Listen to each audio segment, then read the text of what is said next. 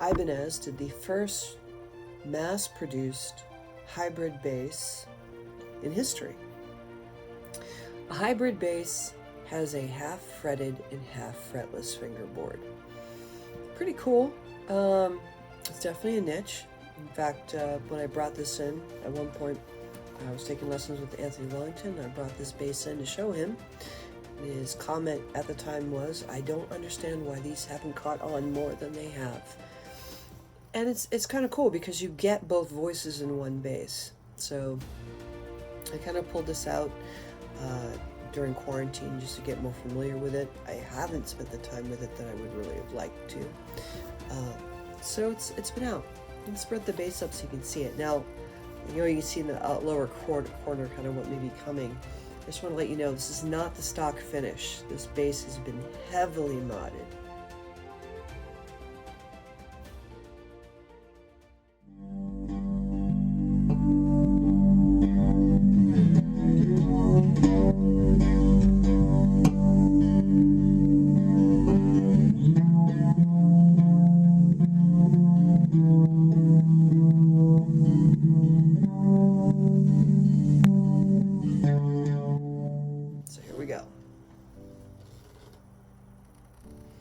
Artwork was done by Maven McKnight at Art Attack in Fredericksburg a few years ago. I have some video of her painting it. She did the back first, if I remember correctly. Then I invited her over to my house. I took the bass apart, and she did the front. The headstock still has the traditional white finish that was on this bass originally. This cabochon is by my friend April Tuss. So she did that, and I put that onto the headstock simply as a nod to the fact that you have to navigate space, man. So you need a compass. Headstock has not matching tuners on purpose, just to reflect the fact that 2 strings are fretless and 4 are fretted. The strings are red because these are GHS Infinity strings. Steels, they were a limited edition string that came out. So I got 2 sets and strung this up. Now, what the hell? What's the tuning, right? It's like a 4-string bass with 2 additional top strings. E, A, D, G, then D and G. That's not how everyone plays this bass. Some people will actually take it and they'll tune it like a regular 6-string bass. So you can go from a low B to a high C and just play it like that. Black controls are for the fretted side and the silver controls are for the fretless side. Now, another important mod for this bass was it had a good sound, but it didn't have a growl that I like my basses to have a growl. The original stock pickups, they called them, I had to look it up, Sonic Arch Minis. That's a promising name for something you need growl. At the time, I was seeing a gentleman who worked at Watson Basses, and he originally had worked at Nordstrand.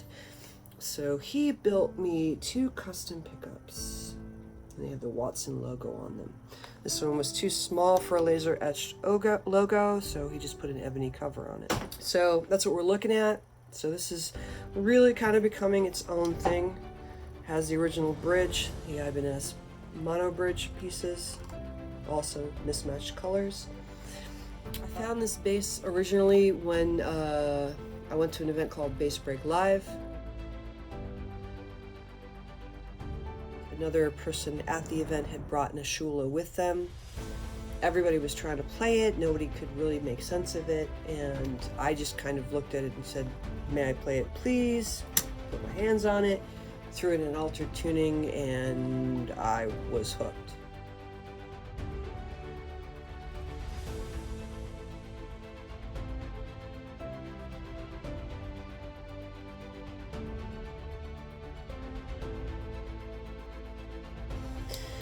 Volume, blend, treble bass, volume for the fretless side, and then a tone control.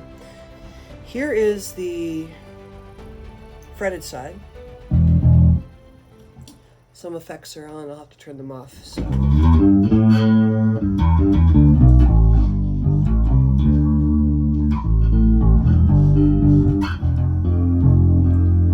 can kind of hear the Nordstrand heritage on the pickups.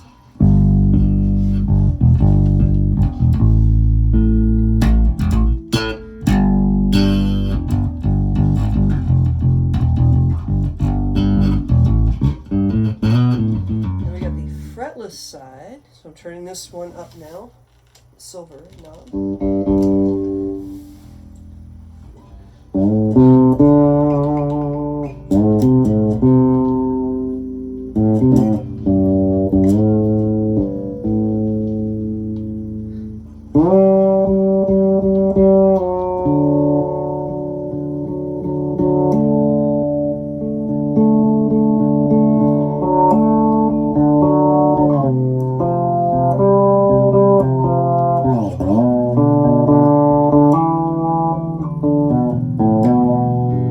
Definitely, we've been evolving to meet each other, both in its personality and character and the finish, and you know, and then also just in me working on learning how to play it. So I just kind of came up with something on the fly there. So this is the Ibanez Ashula, and if you go and look for this online, you're gonna find there's a new 7-string model that came out, I think 2 or 3 years ago now.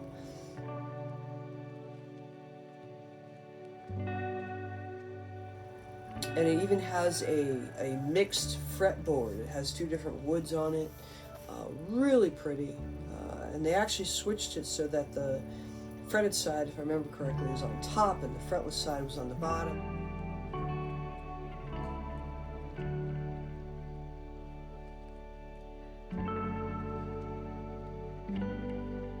So if you want to finish like this, I know a couple people doing these. Maven is up in DC now. There's another gentleman named Chris Eggleston, who's a friend of mine. He's also getting really good at doing these finishes as well. So there's a couple people that we could hook you up with if you feel so moved. All right, so that is the Ashula.